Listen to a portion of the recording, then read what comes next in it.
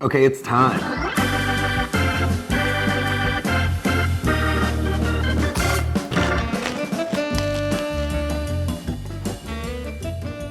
Today on Cooking with Carson, for the first time ever, I'm revealing my sourdough recipe. There's hundreds, if not thousands, of sourdough recipes online. This is just mine. I've taken lots of different texts and forums and blogs, and I've sort of created my own recipe. But this is a good baseline plain sourdough. There are 11 steps.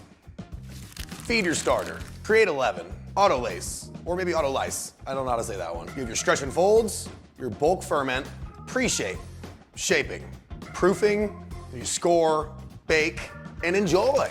End to end, it's about 36 hours, but you're only actively working on the dough for probably 20 minutes. Most of the time is just having patience. And that's a big lesson today that we'll talk about is patience.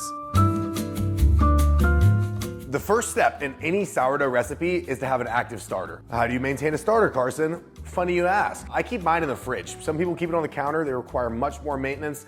And if you're interested, I can make an entire video on starters later. But for now, I'm gonna get John dough out of the fridge. I have not touched John dough in about a week.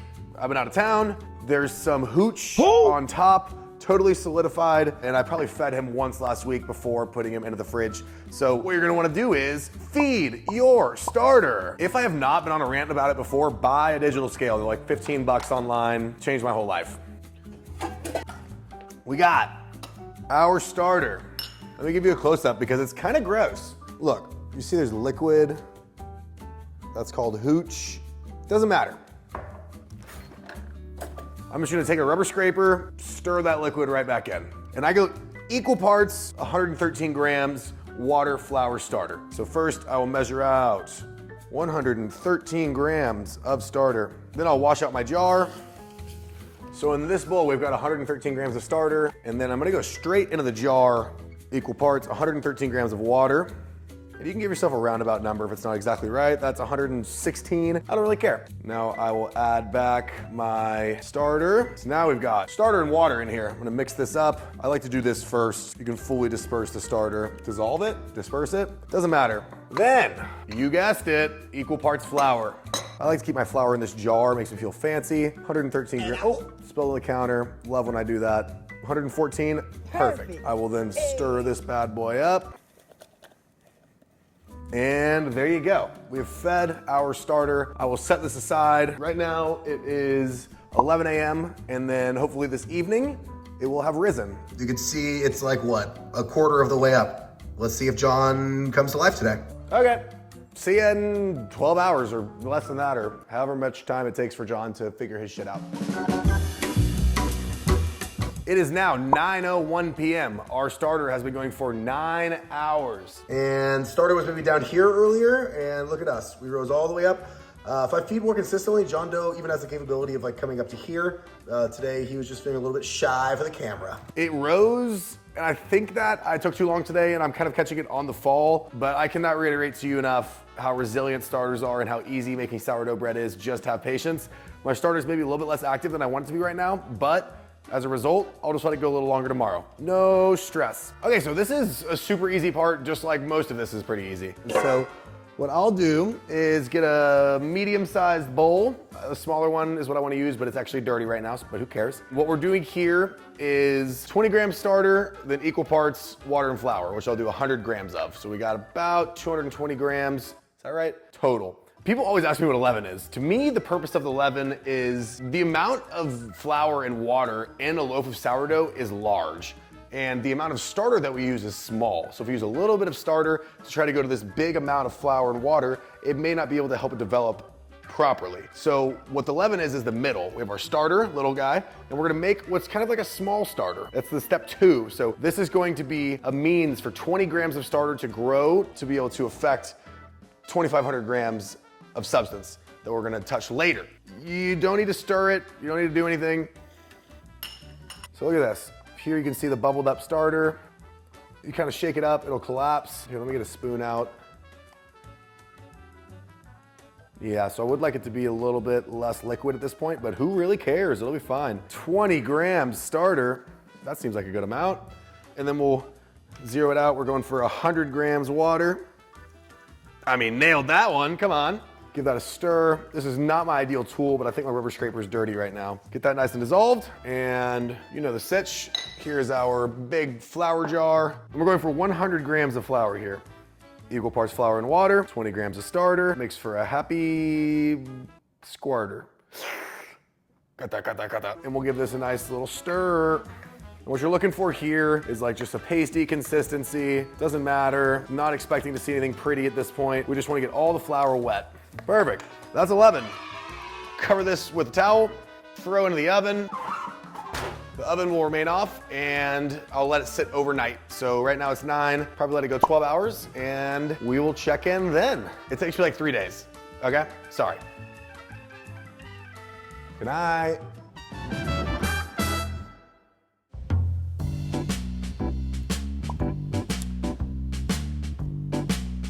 First thing I do in the morning whenever my leaven has been sitting overnight is the autolace process. I'll usually wake up in the morning and I can knock this out pretty quickly. I like to use my KitchenAid mixer, but you can really use your hands if you want to as well. You'll hear me talk a lot about hydration and percentages, and this will be the first time that it comes into play. Kitchen scale, I like to use for literally everything. Today we're gonna do a 70% hydration loaf. So I'm gonna add 650 grams of water.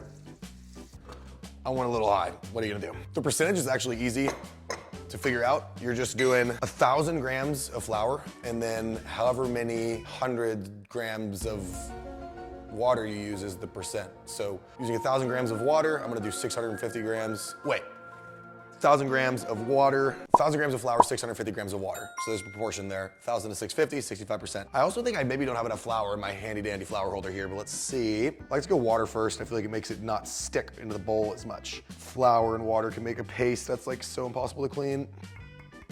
Okay, I'm like just a little bit shy. I think I have an extra flour bag.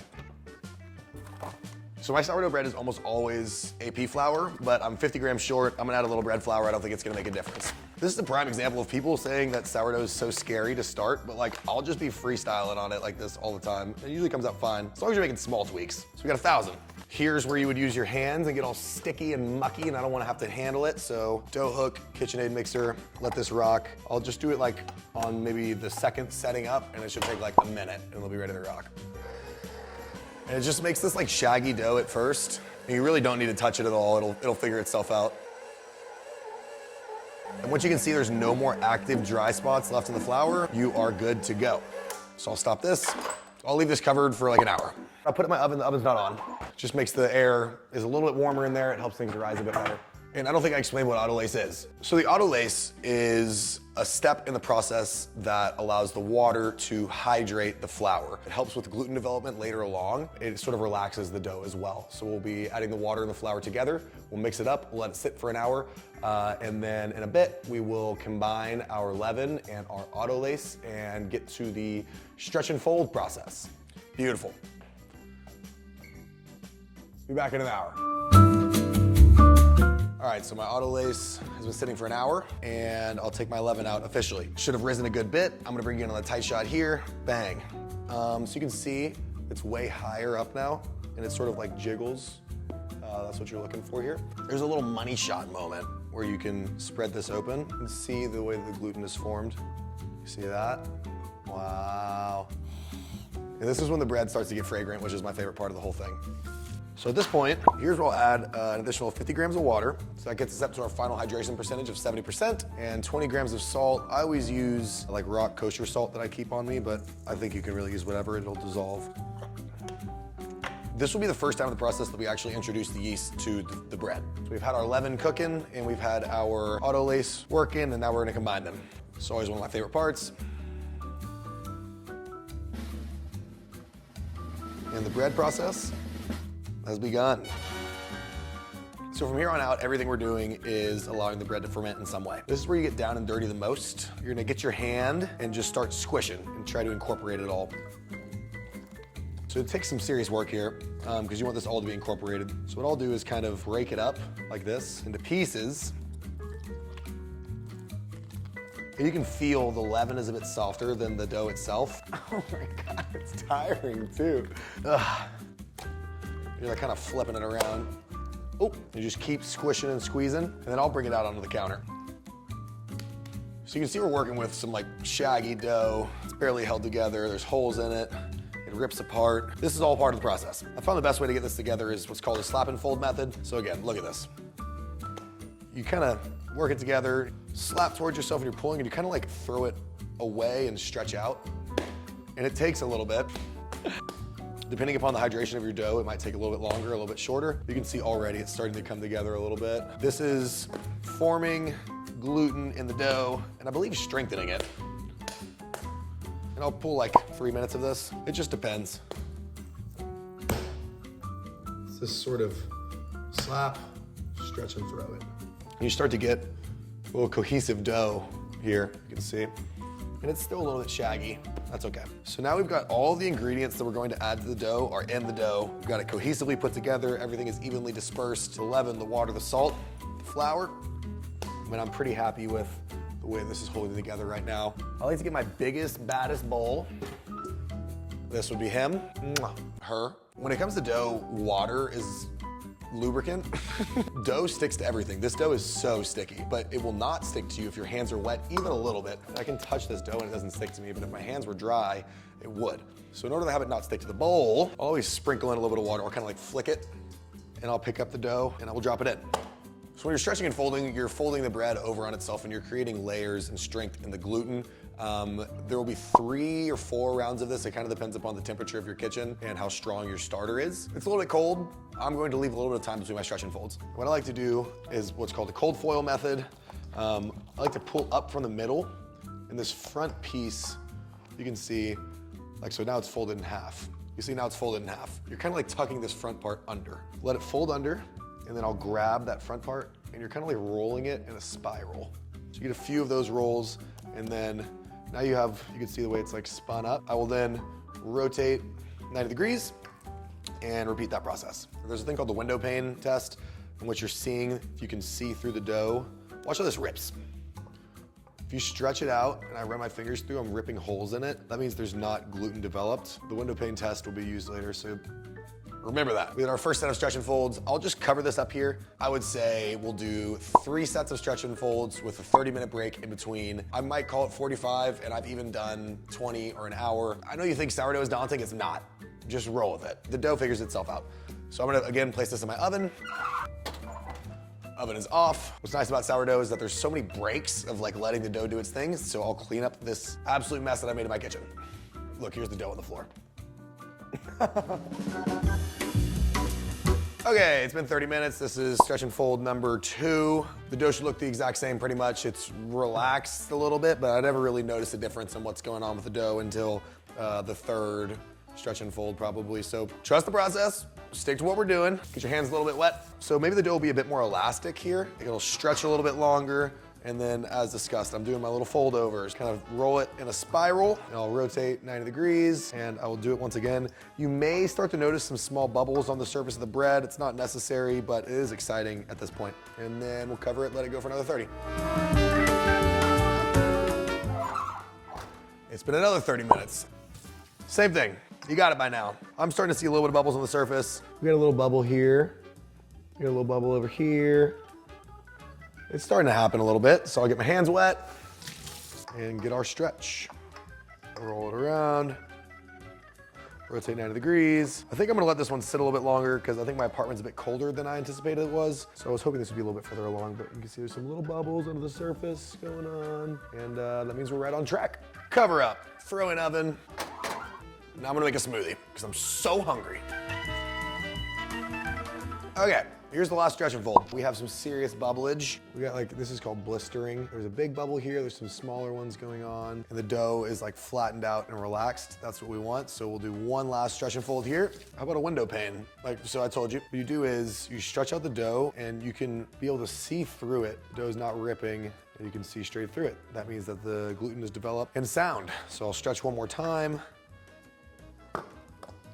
Both directions, rotate 90 degrees. You can see it's much smoother. There's some streaky going on, and we were able to window pane pretty nicely.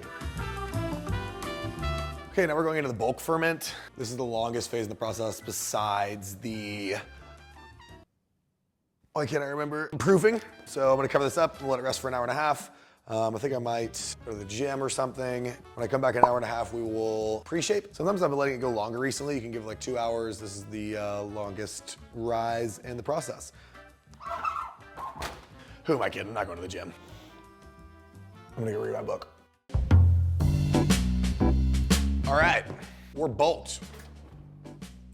So the dough is super elastic at this point. The gluten has formed amazingly. And what we're gonna do is, we're going to turn this big glob into however many loaves we wanna make. I like to do no flour on the counter for this step because actually there's a little bit of grab that works in your favor. So we got this big boy. That's my favorite part. So you really can't mess with it at this point. It should be good to go. Now, I like to make mini loaves so I can give them to many people. So I would cut this into 4 loaves, but I think I'm gonna do it into 2. Or maybe only 3, one big, 2 mini. This is probably where you should use a scale again, but I like to just kind of go for it. So you're gonna use a bench scraper and cut this into halves. I'll cut this in half now. So we have 3 pieces of dough. I'm hoping this is about a quarter, and this is about half. So this dough is pretty slack, and from this point forward, all we're trying to do is build surface tension. I like to get my bench scraper, face it towards myself. You're gonna hit it with a little sort of a rotation motion and push. So you're gonna be hitting this rotation motion a few times. And just like that, you got a little boule, we'll call it. So there's one, set that aside and work with the other 2. If you have flour on the counter at this point, it might get slippery and you won't be able to build that tension. So from this point on, we figured out this is going to be the top of the dough, there's going to be a bottom of the dough, and we're going to continue to work with that until we bake tomorrow. So we got this nice surface tension building. This is the pre-shaping, not the shaping. What that means is that we're going to come back and shape it additionally. So we have 2 smaller loaves, 1 bigger loaf. So you can see the bubbles, they're pretty taut here. And we'll let this sit. We're gonna pre-shape, allow these to sit here for 30 minutes. They're going to kind of slacken out, but they will maintain their shape better if you pre-shape, let them rest, and then shape again, than if you just shape once. Because I read that somewhere one time, like probably on TikTok. Also worth noting, whenever you leave sourdough bread out, or whenever you leave dough out and it's not covered, you notice I'm putting this rag back over and off of it, it will develop a skin on top and you don't want that to happen. So I like to place a bowl over it at this point. Up till now, I've been able to cover with a rag, but I don't really like to use a rag here because it might stick to the dough. So I'll use a big bowl, cover 2 of those. You're not gonna hurt it. And then I'll cover this other one with a smaller bowl. When I was in 6th grade, I begged my parents to make me get guitar lessons, and they bought them for me, and I went like 5 times maybe. I learned Heartbreak Warfare by John Mayer and Teardrops on My Guitar, which I can play to this day. Is anyone watching this? Now I know what you're thinking. The existence of pre-shaping implies the existence of shaping. And you're exactly right. So here I have 4 proofing baskets, otherwise known as bannetons. Let me take the turtle shell off of both of these breads. So they've remained moist. There's definitely some blistering and some bubbles going on top. We have the 2 small ones and the 1 big one. First things first, you can order these on Amazon. I think I got a set of 4 for like 15 bucks or something. I just bought these. My previous ones I'd used for like 3 years. Similar to a cast iron, you can season them. As you continue to use them, you need to do this less and less, but for sure the first few times you do this, you wanna drop a hearty handful of flour in here and sort of rub it in and spread it about. And then I'll just sort of pour it into the next one. We do not want our bread to stick. Okay, so I have all 3 of these ready to rock, and we're about to witness my singular most favorite part of the entire process. A lot of people sprinkle flour like this, but if you see anyone who's a professional baker or someone like me who is not a professional baker but bakes a lot, you can get a more even spread of flour with a little toss. And here we go, are you ready? Drum roll, you should be leaning forward in your chair right now.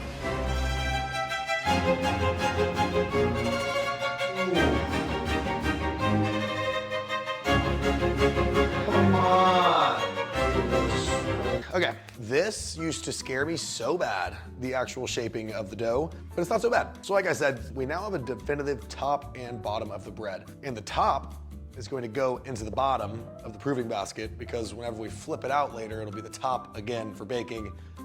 Got it? I'll start with a small one. You can use your bench scraper to kind of get up under it, and you'll flip, and you want the top floured surface to go face down on the counter. So I'll sort of grab under here, and I can just drop it on this surface, which is floured. So you see you can slide around, it's not sticking, but what's sticking up now is what was the bottom, and is very sticky. What I like to do is sort of stretch it out a little bit, and then I will grab the front and fold it over 2/3 the way down, sort of like an envelope, and then I'll grab the edge with a hand placing pressure on top. I'll stretch it out, fold it over, and it sticks. That's the key. We're using the stickiness that remained on the upside. Do the same thing, fold it over. Now what was the top is now the bottom. We're building surface tension. That's the entire thing here. That's what's gonna get us the ear, which we'll get into later. I've got these two things. I went down, side, side. I like to spin it around then, and I'll sort of roll it forward. So there's like a tongue sticking up right here that is sticky still, and that will be the seal. I'll grab this, I'll roll, trying to remain gentle and maintain some air bubbles. Sort of roll it over nicely, pull it towards me and seal it off. What we've got here is a nice little loaf. You can kind of pinch the sides closed, then you'll use your bench scraper, scoop it up, place it into your Banneton. That is a loaf of bread. Well, it's dough. It's gonna be a loaf of bread in approximately 16 hours. Okay, have you been patient so far? You better be more patient. Proofing is the longest part of the entire thing. I know what you're thinking, Carson, it's been so long, how could we possibly wait any longer? You can bake same day, but to me, the proofing is the most important part of the process, and it's also the most neglected part of the process. People oftentimes underproof bread. I myself do it very frequently. So what I like to do is cover these with a cloth and let them sit at room temperature for 3 hours or 4. It's sort of subjective, depending upon the moisture in your apartment and what the temperature is like. My apartment is a little colder than most because I live in New York. I've been letting the windows be open. It's cold, even though it's April. Outrageous. I think it's hard to overproof, easy to underproof is sort of what I operate under, and when in doubt, proof more. I'm gonna go to the gym, and then when I come back, I'm gonna place them into the fridge, and they're going to cold proof until I tell them that they're allowed to come out.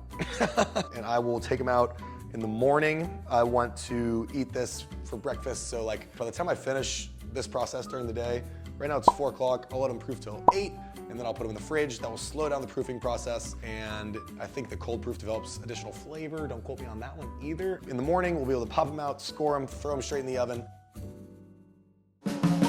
Place it on the counter, out of the way, because I hate being in my roommate's way for baking, and he's so kind and allows me to make a mess out of our apartment and do science experiments all the time. So thank you, Eric, I love you. Wait, this is a dirty rag. Dirty rag? Dirty rag. Here are 3 clean cloths. Did you guys do this in elementary school, where they taught you how to juggle? Oh.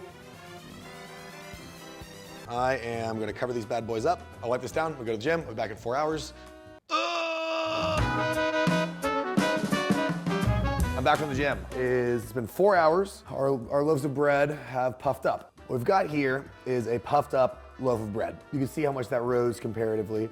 It's like a pillowy, and there's a test you can do where if you're not sure if it's been proofing for too long, and remember what I said, you pretty much cannot proof for too long. I'm gonna get dragged to that, but it's feeling like people are so impatient, so just always err on the side of proofing for longer. You push your finger in it, and you pull it out, and if the finger dent stays, that means that it's properly proofed. If it springs back, then that means that it's not fully proofed.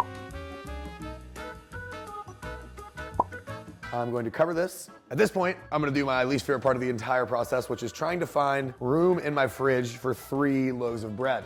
I was anticipating this, and I kind of cleaned it out earlier, and I'll stack them up. It's been 4 hours that these have been proofing.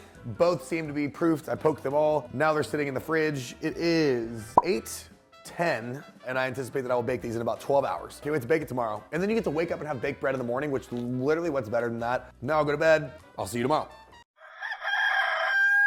Good morning. As promised, I am tired, and this is first thing in the morning. I've had a cup of coffee. My bread has been in the fridge for 12 hours. This is what I think most people consider to be the most fun part of the whole process. It's also a little bit dangerous. I always keep razor blades on hand. You can use a baking lame, and it has a little handle on it, which has a curve and helps get under the skin of the bread, but I like to keep a razor blade. So, let me shut up and start scoring. I like to use parchment paper, non-stick, and I believe this is the large loaf. So I'm just gonna turn it out. This is a beauty. As discussed, this top part is actually the bottom. So we're gonna flip it over, and if you applied enough flour on the inside of the Banneton, then it should just peel right off. So we'll just kind of tump it over, peel it off. Nice. I like to sort of smooth the flour out on it. Sometimes whenever you're making a design and you have this white spread, it'll make it pop. Some people like to use rice flour for more intricate designs, but this is the first time you're making sourdough, so just rub it a little bit. Okay, so you're holding a razor blade, so you wanna be careful. I like to use the corner of said razor blade. If you want the fun wheat design that people like to chase, it's really easy. You're gonna do small incisions, pulling the razor blade towards yourself and make a V shape. So we'll go along one side of it. I like to start with just one side, maybe a 1/4 inch between each incision. They don't have to be perfect, they don't have to be symmetrical, and then we'll just do the same thing facing the other way. Then you're gonna rotate it 180 degrees. This is the scariest part, I think. It's not difficult, but people are just afraid to commit. So you want the razor blade to be held at a 45-degree angle to the bread, and you wanna give it one go. The cold proofing helps the dough to be more firm, so it is a little bit easier than if you were going to just proof and bake same day. So I'm gonna kind of get it started in here. See how it's like kind of stuck in just a bit, and maybe you wanna try to go a 1/4 inch, a 1/2 inch, beneath the dough. I'm gonna grab it, kind of hold my offhand to keep it firm, and then one smooth go, I'm just gonna slide it down. As you can see, look at all this beautiful fermentation that's been going on in here. We have all these bubbles. What I didn't mention was, and what maybe should be mentioned first thing I did this morning was put my Dutch oven into the oven, put it on the rack. I like to leave the lid a little bit cracked so that the hot air can get on the inside, and preheated it to 400. And even once my oven is preheated, I'll let the Dutch oven continue to preheat for another 15 or 20 minutes, just because it's thick and you want it to maintain that heat. So now we're gonna deal with some hot ass pans. I like to have one of these little guys. I don't even, what is this called? A pan holder, pot holder, whatever. I'll have this ready on the counter. I will grab out my Dutch oven and we're going to drop the bread right inside. Ooh. So this thing is ripping hot, it's 450 degrees. You gotta make sure it's clean or it'll be smoky. Grab the corners of the parchment and I'll just drop it right in. I'll put the lid on top and we're gonna leave it to bake for 20 minutes. I'm sure you're wondering, Carson, why are we baking in a Dutch oven? What's the purpose of a Dutch oven? Why can't I just put it on the rack? Well, funny you ask. Steam, make bread go big. We want steam to make the bread rise. We want there to be a large expansion. And if you had a professional oven, which you don't, we would be able to inject steam into the oven. I don't either, unless you're Gordon Ramsay, in which case, give me a call. The Dutch oven is like a mini ecosystem that keeps the steam that's in the bread. We put, what do we say, 700 grams of water into this bread. So there's quite a bit of water in this loaf. When you put it into a ripping hot Dutch oven, like we just did, the water turns into steam, it needs somewhere to go, and it busts out of the weakest point of the bread. What's the weakest point of the bread? That is the scoring that we put on. It needs somewhere to go. If we were not to score and provide a place for the bread to expel from, a stress point, a place for it to run away to, it would just bust out of a random side cavern or it would become deformed. So there's 2 phases to baking. The first phase is in the Dutch oven. We're talking about containing steam. This is all about the expansion of the bread. After those initial 20 minutes, when we take the lid off, the bread will no longer rise. It should stay in the same shape. And from then, we're just working on the browning on the outside of the crust. I don't know what I'm doing. I'm gonna have another coffee. Does it look okay?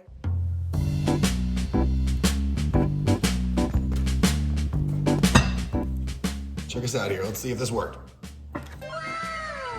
Oh my gosh. The most exciting part. So look, this was our initial score. You see the way it busted open as discussed. Here's the top, and then check out this scoring. I have to say, this is potentially the prettiest loaf of bread I've ever baked, and I got it on camera. Whoa. Okay, so now we'll just put this back in the oven.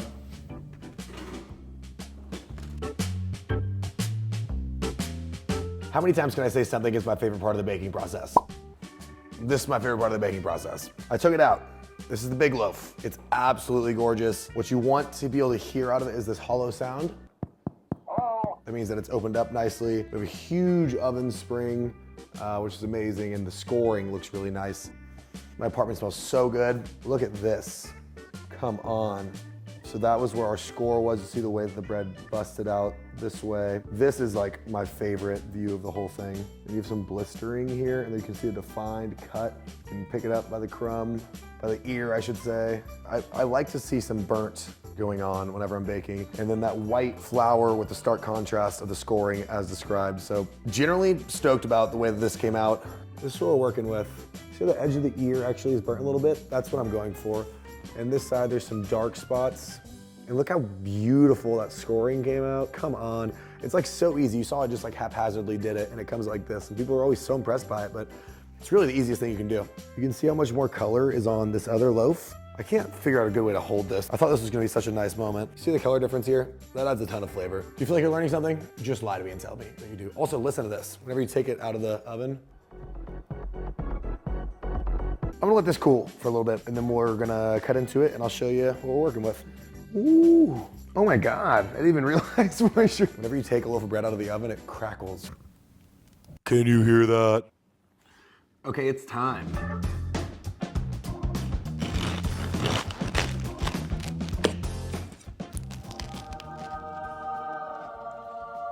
Look at this, oh my goodness. Look at this, so there's even distribution in the holes. I don't love this big guy here. I think that's a little sign of underproofing. I've been told it's called the fool's crumb.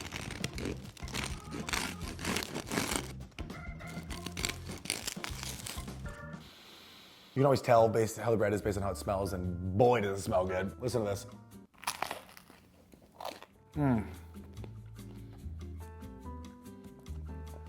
It's fluffy and stretchy. It's kind of everything that I will look for in a bread. There are crumbs everywhere in my apartment now though. A good way to make sure that sourdough bread stays fresh for longer is you never want to expose the gummy part of the bread to the air. So whenever you cut a loaf in half, I'll always store it face down. And what I'll do a lot of times is then cut that into quarters, and you end up with these little quarter sections, which has two sides to cut from. So this way you can cut it this way and you'll have a quarter piece of sourdough. I enjoy this bread plain frequently. Definitely with butter and some flaky salt is really nice. Right now I just made some homemade peanut butter and jelly with my chef friend from scratch, and he sent me home with a jar of peanut butter and jelly, which is hilarious. So I'm gonna go for a little dip, a little dunk here. Is this a flattering angle?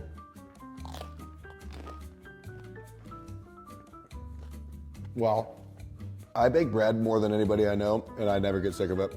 That's why I keep doing it. I hope you do too. I think I'm supposed to say like and subscribe for more, please. Mwah.